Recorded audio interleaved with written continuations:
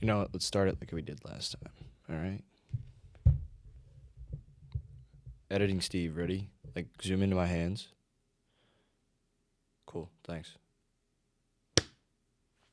Welcome back, everybody, to the second episode of the Coffee Break podcast. I'm your host, Stephen Coffey, and today we have a bit of different lighting in this room.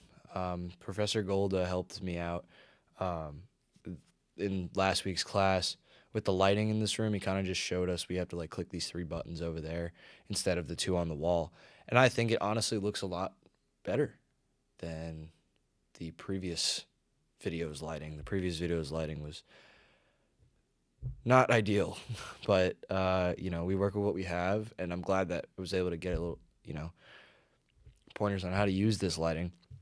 But let's bring the computer back. So, welcome back, and we're starting off as always with the New York segment. Nothing going on in baseball. New York Mets, New York Yankees. Nothing really going on. Within the next 2 weeks, I believe that there is the pitchers and catchers are meeting. So that's like the first.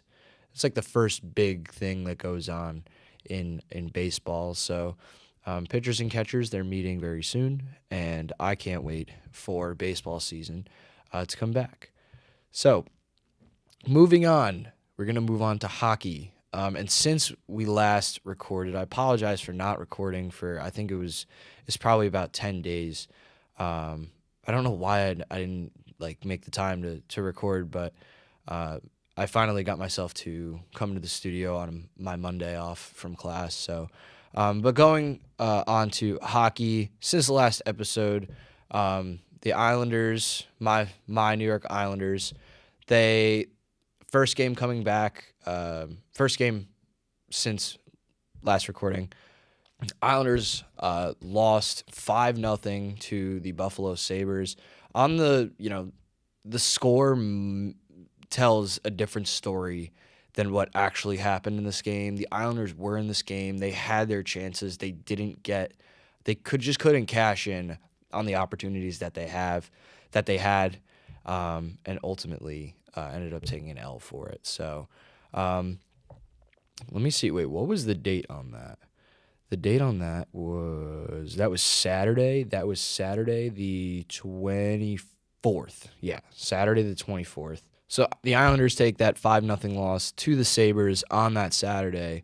And then they followed up on Monday with a 4-0 shutout victory over the Philadelphia Flyers. It was a huge, huge win for the Islanders because the Flyers win that game, they're hopping the Islanders in the standings. Now the Islanders have that 4-point gap between them and Philly in the standings because the Atlantic Division is just so packed, and there's no Metropolitan team in a wild card spot right now. It's all Atlantic teams, so it's really big that the Islanders hold down the division in terms of staying top 3 in the division, because realistically, a Metro team is not going to make the playoffs if they're outside of the top 3 in the division. Those wildcard spots are going to belong to teams in the Atlantic. So that's a huge, huge win for the Islanders. That same day, on that Monday, the Islanders had a trade. The Islanders acquired Carson Soucy in exchange for a third-round pick in the 2026 NHL draft. Got Soucy from the New York Rangers.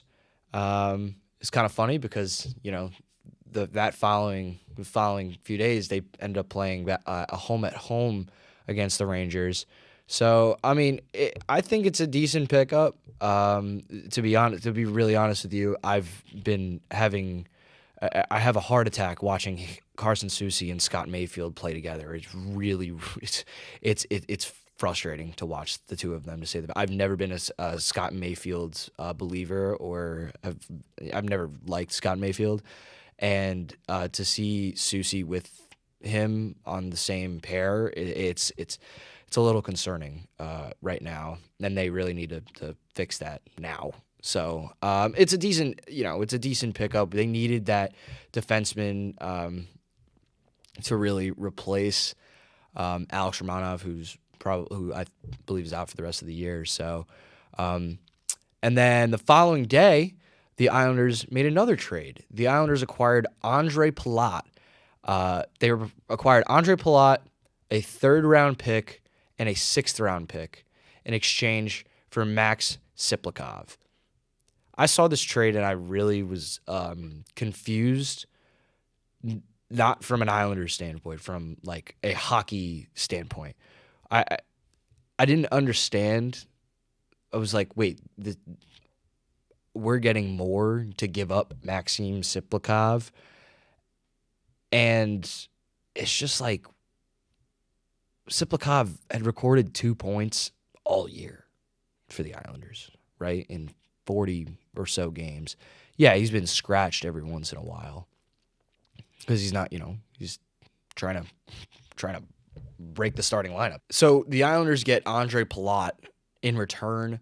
I didn't know much about Palat. Never. Hold on a second. No, I know plenty about Andre Palat with his years in Tampa Bay. I didn't know much about Andre Palat for the past few seasons while he was playing on the Devils. He got a really nice contract after, winning those cups with the Tampa Bay Lightning and signing with the Devils. He's owed about $6 million a year, and that's what the Islanders are going to be paying him now. This trade for the Devils was solely a salary dump. It was solely a salary dump for Andre Palat. They didn't want to pay him $6 million a year. They tried to put him on that top line with Jack Hughes, and it just did not work out. So, and I believe the stat was that he only had 10 points. He's had 10 points all season in 50 or so games. And so this is really not going to fly when you're paying him $6 million a year. So the Islanders get a veteran piece in Andre Palat with plenty of playoff experience. So I was very happy about the trade. Islanders fans had a lot of mixed feelings about the trade. I personally was a fan of it just because seeing a former villain come to the good side. The villain of him being on the Tampa Bay Lightning and beating the Islanders in back-to-back Eastern Conference Finals. So it was tough for all Islanders fans to see, but it's kind of nice to, see if he can spark something up with the Islanders for the rest of this season, and they'll have him for next season as well. He'll be under contract for the rest of this year and next year, owed $6 million per year. So they go into the Islanders end up going into Wednesday and Thursday playing the Rangers, Wednesday at UBS Arena and Thursday at Madison Square Garden. Wednesday, it ended up being a 5-2 victory for the New York Islanders. And what do you know? In his Islanders debut, Andre Palat records a goal and an assist to be the first star of the game. It was very, very clean game for the Islanders. They really just handled business. And after the game, Andre Palat says, it's always nice to beat the Rangers. After Shannon Hogan asked him, what was it like to come into such a rivalry? And, he had played on the Devils for many years. And I honestly would think the Devils Rangers rivalry is probably a little bit bigger than Rangers Islanders, especially in past years. So, and he said, it's always whenever you beat the Rangers, it's always a good day. It's great to see, and he's already recorded 20% of the points that he did while he was on the Devils. He recorded 20% of those points in one game, in his first game as a New York Islander. The next day, they play at Madison Square Garden, and it was a sloppy one, but the Islanders ended up winning 2-1 in that game. And the other trade piece, this one from the Rangers, Carson Soucy scores the first goal of the game, followed up by, of course, Matthew Schaefer.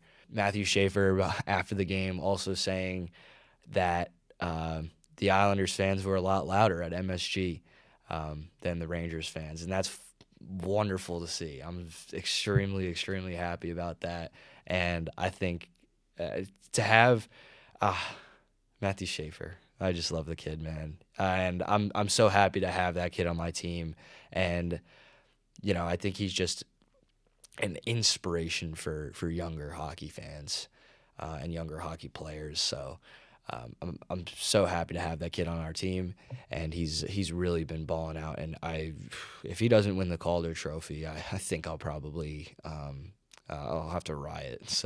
And all of Islanders fans will have to riot with me. So, and then after that on Thursday, the Islanders took on the Nashville Predators at UBS Arena, and they lost to the Predators again. They can never seem to beat the Predators. I don't remember the last time we've beaten the Predators. It's kind of embarrassing at this point. So they lost by a score of 4-3. Islanders started out very.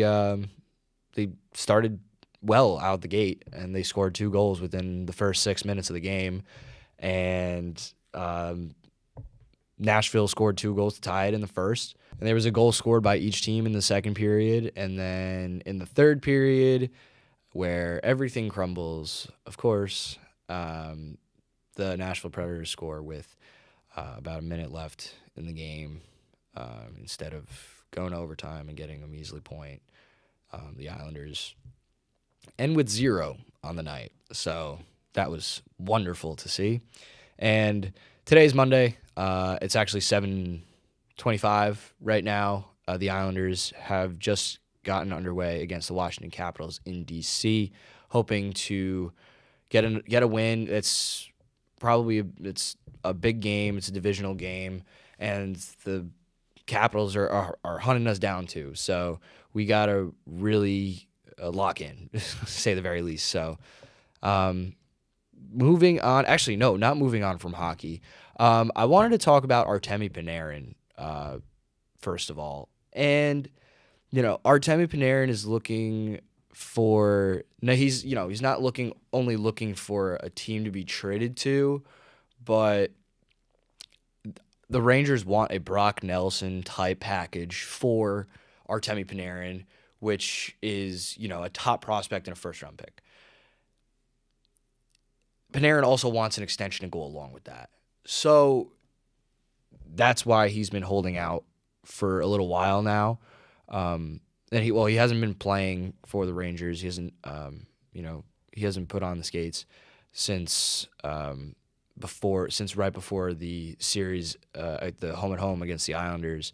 So I at this point, there still is a little bit towards till the trade deadline. There's about a month till the trade deadline, but at this point, I have absolutely no idea what is going through Panarin's head in terms of teams. I did see an article saying that he rejected an offer to go to the Seattle Kraken, but it's really even when you're looking online at articles, you don't really know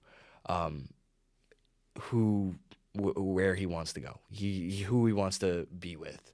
So it's tough as of right now to judge what is going on with Panarin, but I would assume I couldn't even tell you when he would get traded, whether it's in the next week, the next few days, the next 2 or 3 weeks.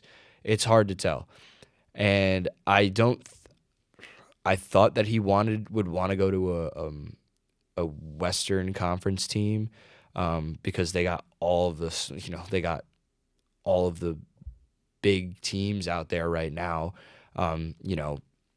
in Dallas. I honestly thought he was going to go to Dallas, but I also did see a report that he doesn't want to go to Dallas now.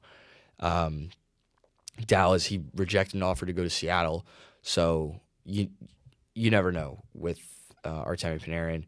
And we'll see hopefully soon as to where and when he makes up his mind. So that's going to be in the near future. But other than that, in terms of New York sports as a whole, that's really it. There isn't anything going on in baseball right now. There isn't really anything going on in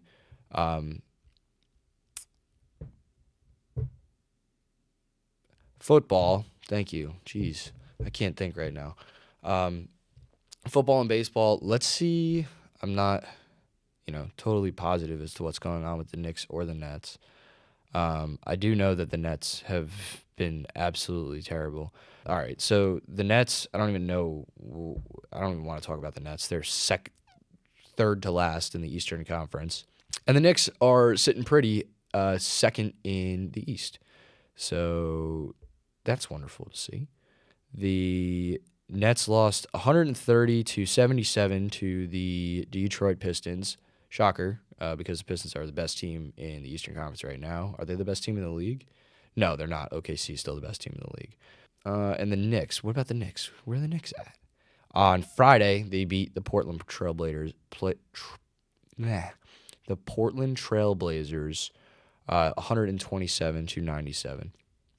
There's your weekly basketball update, your measly basketball update, because I'm not going to give you many more.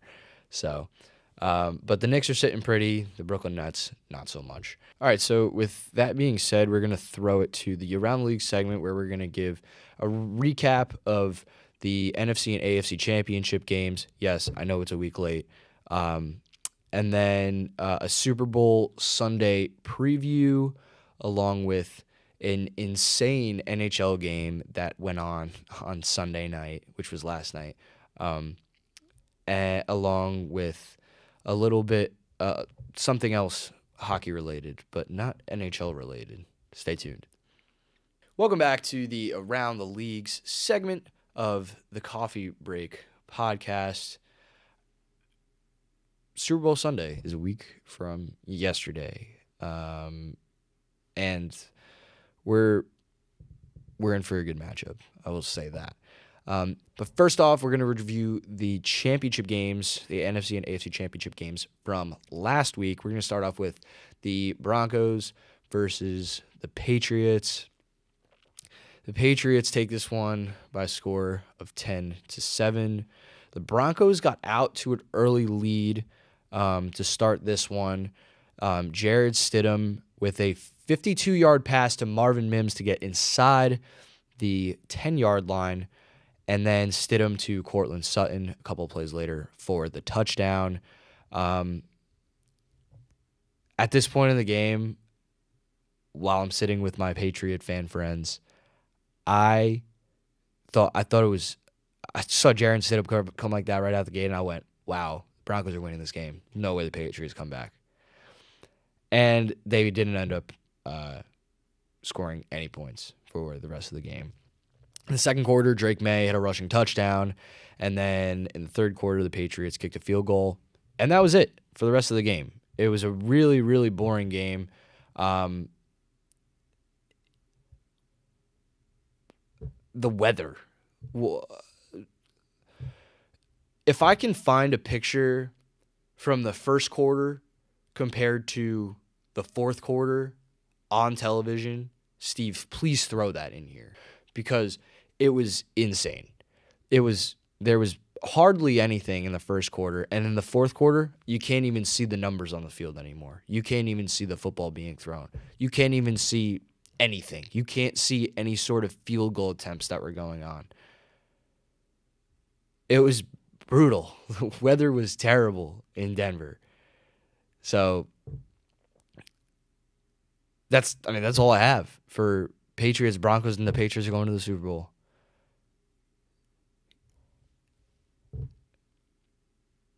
That's crazy. Oh my gosh. How do they do it?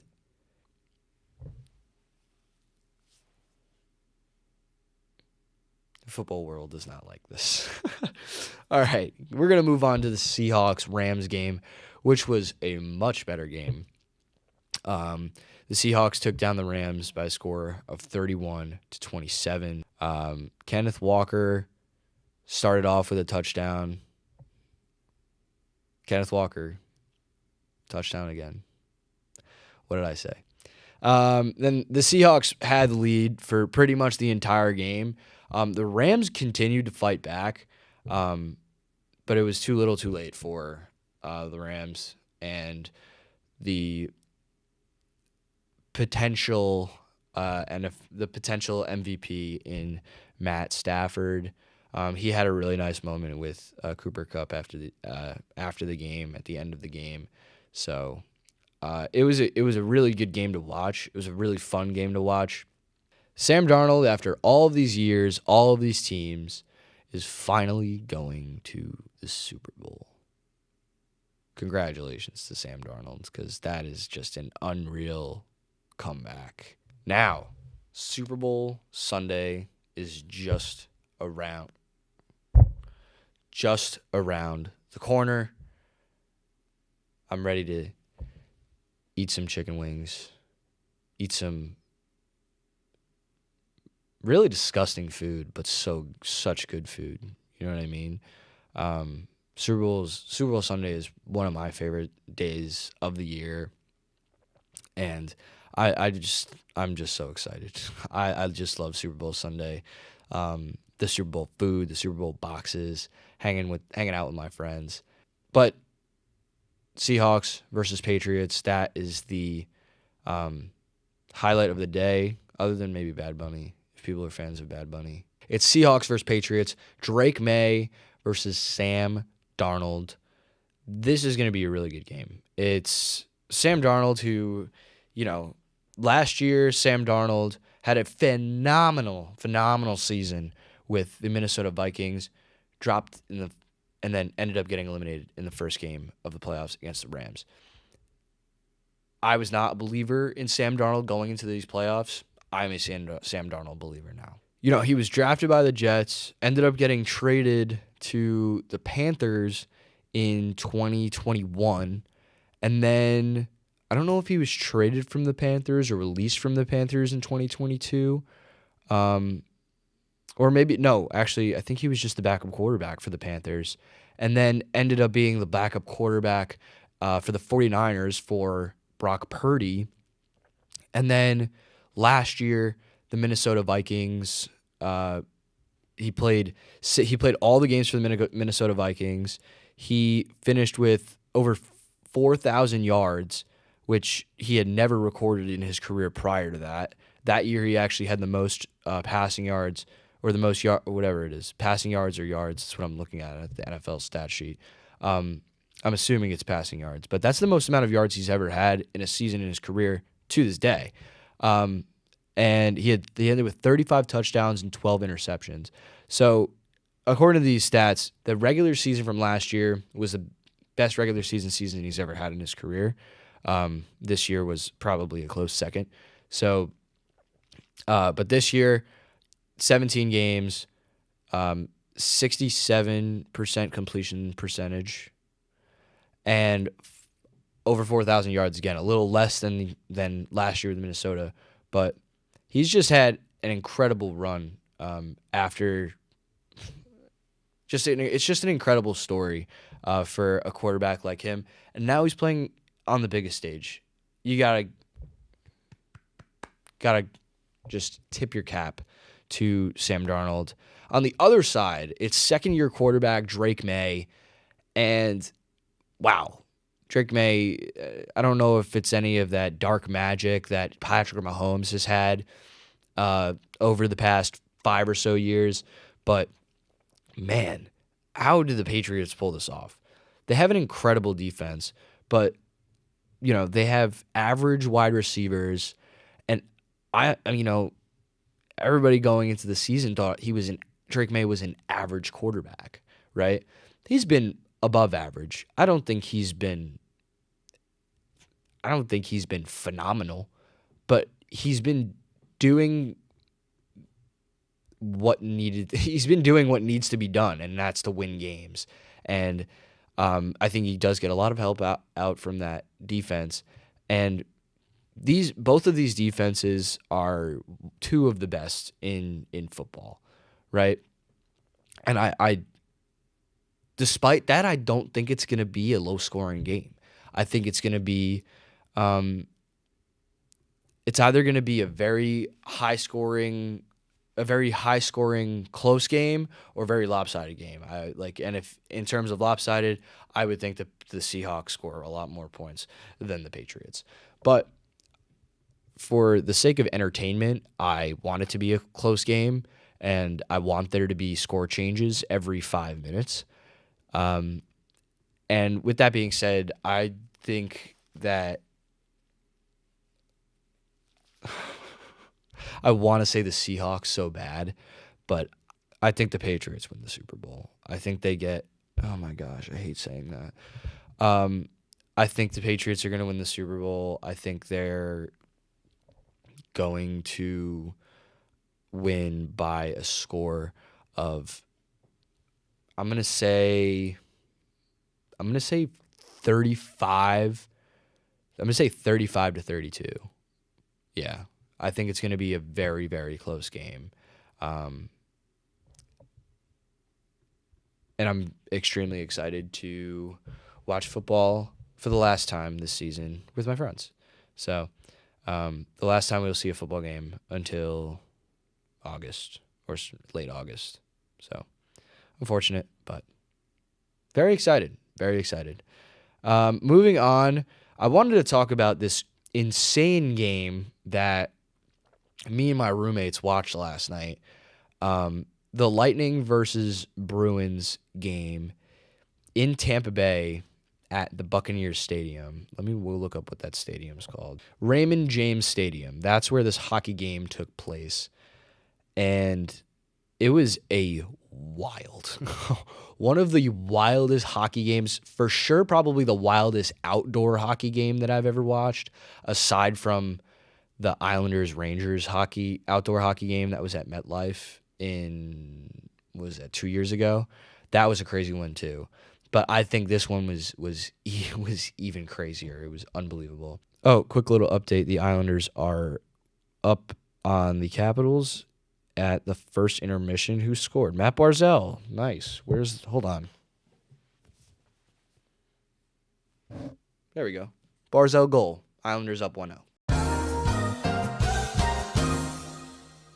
All right, back to what we were talking about. This crazy hockey game last night between the Bruins and the Lightning. It ended in a 6-5 Lightning shootout win. So both teams are getting points. But to start off the game, Brandon Hagel scores 11 seconds into the game. And then the Bruins were like, oh, wait, we have to play hockey. I forgot the game started.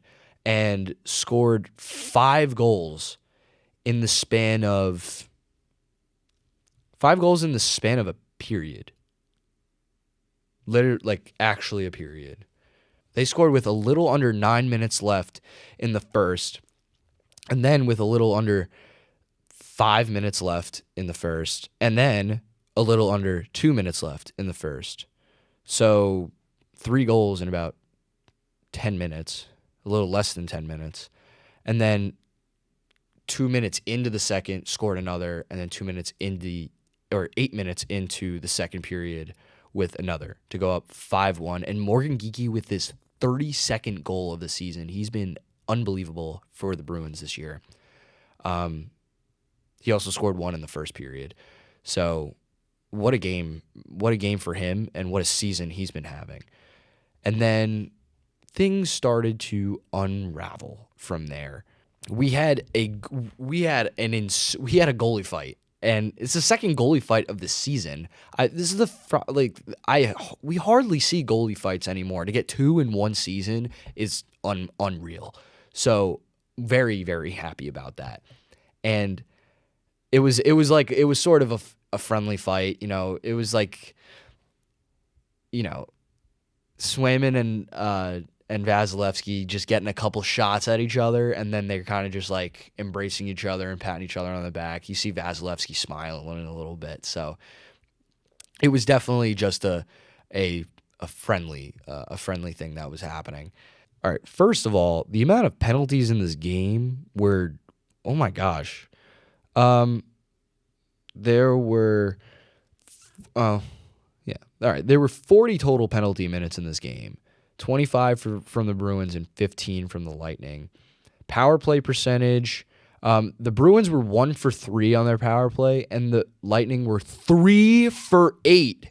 They had 8 power plays, and a couple of them were committed by Swayman. 11:01 into the second period, Jeremy Swayman and Vasilevsky both got penalties for goalie leaving the crease.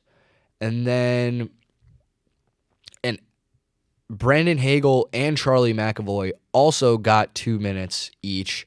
Brandon Hagel for slashing Swayman and McAvoy for roughing Hagel, because why would anybody let a player touch their goalie like that?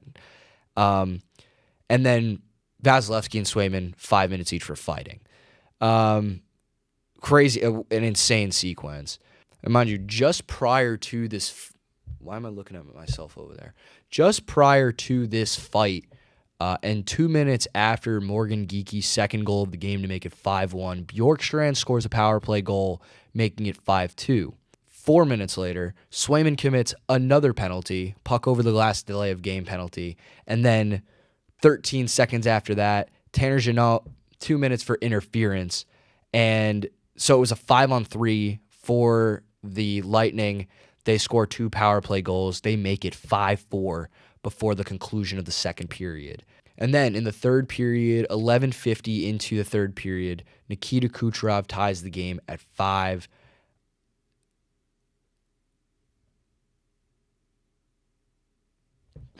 Should I do it again? Cinema, dude. Cinema. That is unbelievable. You score, first of all, the Lightning score 11 seconds into the game. Then the Bruins proceed to score 5. And then the Lightning respond with 4. And now we're knotted up going into overtime. The game was not finished in overtime. It ended in a shootout. In the third frame of the shootout, Jake Gensel goes bar down on Swayman. And then Pasternak hits the post on his shootout attempt in the third frame, and the Bruins lose 6-5 in the shootout after being up by 4 goals on the Lightning.